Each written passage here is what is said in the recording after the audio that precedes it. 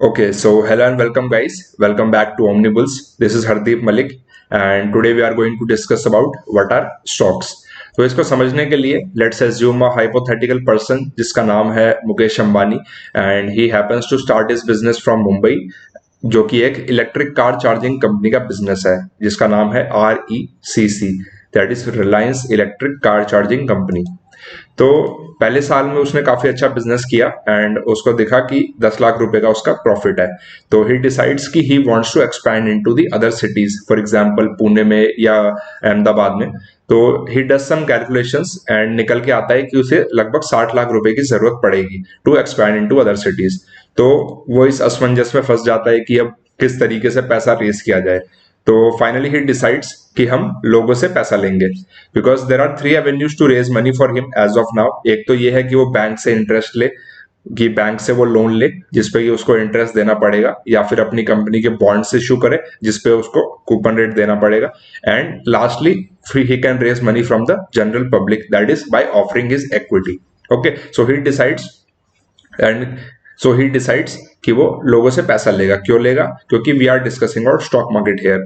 और अगर bank loan और बॉन्ड्स के बारे में पढ़ेंगे तो उसके बारे में हम अलग से बात करेंगे। ओके, तो what he does is he goes to an underwriter. अब अंडरराइटर कौन होता है? Underwriter is basically a person जो कि आपकी कंपनी को वैल्यू करता है, आपकी बैलेंस शीट देखता है, आपकी इनकम स्टेटमेंट देखता है, कितने एसेट्स है, कितने लाइबिलिटीज है, सारा कैलकुलेशन वगैरह निकाल के वो बताता है कि आपकी कंपनी इस प्राइस पे फेयर वैल्यूड रहेगी एंड इस टाइम पे आपको इतना इशू करना चाहिए। Okay, so he goes to an underwriter. वो कुछ कैलकुलेशन करके मुकेश अंबानी को अंडरराइटर बताता है कि आपकी जो कंपनी है उसकी वैल्यू है 2 CR।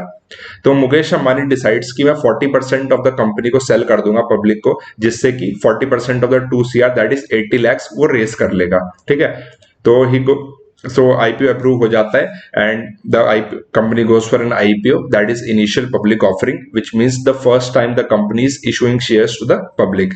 तो इस बहाने वो 80 lakhs रेस कर लेता है, जिसमें 60 he can use for expansion and plus 20 lakhs he can use for other operations. Okay, तो इस तरीके से IPO जो है 80 lakhs का आता है and company decides, company and the underwriter मिलकर डिसाइड करते हैं कि 40 रुपए पर शेयर के हिसाब से हम मार्केट में लिस्ट करेंगे इसे।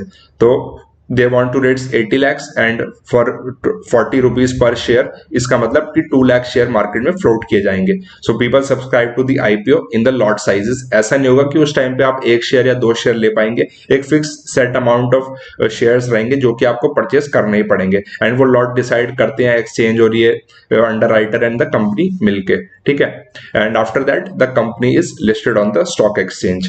तो let's say the company is listed at a price of ₹60। तो 40 रुपए पे IPO आया था एंड लिस्टिंग उसकी हुई 60 रुपीज पे। तो that means profit of 20 rupees per share जिन्होंने इन्वेस्ट किया था उसमें।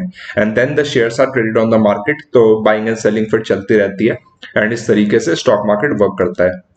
सो initially there were 23 stock exchanges in India, but उसके बाद बाकी जो रीजनल स्टॉक एक्सचेंज थे वो सब बंद कर दिए गए एंड अभी खाली 3 स्टॉक एक्सचेंज है। वो two are for equity, that is NSE and BSE, and एक है कमोडिटी के लिए। ठीक है, so this one is BSE, as you all know. It was started in the year 1875 and it is the oldest stock exchange in Asia, not only in India but in Asia as well. And it is 10th largest by the market cap. Market cap क्या होती है ये हम discuss करेंगे आने वाली slide में। And largest number of companies that are listed, क्योंकि इतनी 6 से 7 हजार कंपनियां इस स्टॉक एक्सचेंज पे लिस्टेड है, तो अपने आप में ये बहुत ज्यादा कंपनियां होती है। And Dutch East India Company was the first company to get listed on BSE जब ये शुरू हुआ था। And the second one which is the most popular nowadays, that is NSE. It was the first dematerialized stock exchange in India and it was started in the year 1992। Dematerialize का मतलब क्या होता है कि इनिशियली जब आप अगर 1990s या फिर 1980s में अगर आप शेयर मार्केट में ट्रेड कर रहे होते तो आपको एक स्लिप के ऊपर लिख के दिया जाता था कि इतने शेयर्स आपके अकाउंट में है, तो एक वो पेपर पे आता था। लेकिन अब क्या होता है, अब सारी चीजें ऑनलाइन हो गई है, तो that means conversion of physical shares into online share, that is dematerialization. तो सबसे पहले NSE ने ही ये कंप्यूटराइज्ड शेयर्स को अलॉट किया था। ठीक है, तो it is the 11th largest by market cap. तो लगभग same number of companies are listed on NSE and BSE। तो that would be all for this video and आगे आने वाली वीडियोस में हम और डिटेल में चर्चा करेंगे। ठीक है, तो that's all for today guys, and video अच्छा लगा तो वीडियो लाइक कीजिए and share with your friends. So that's all.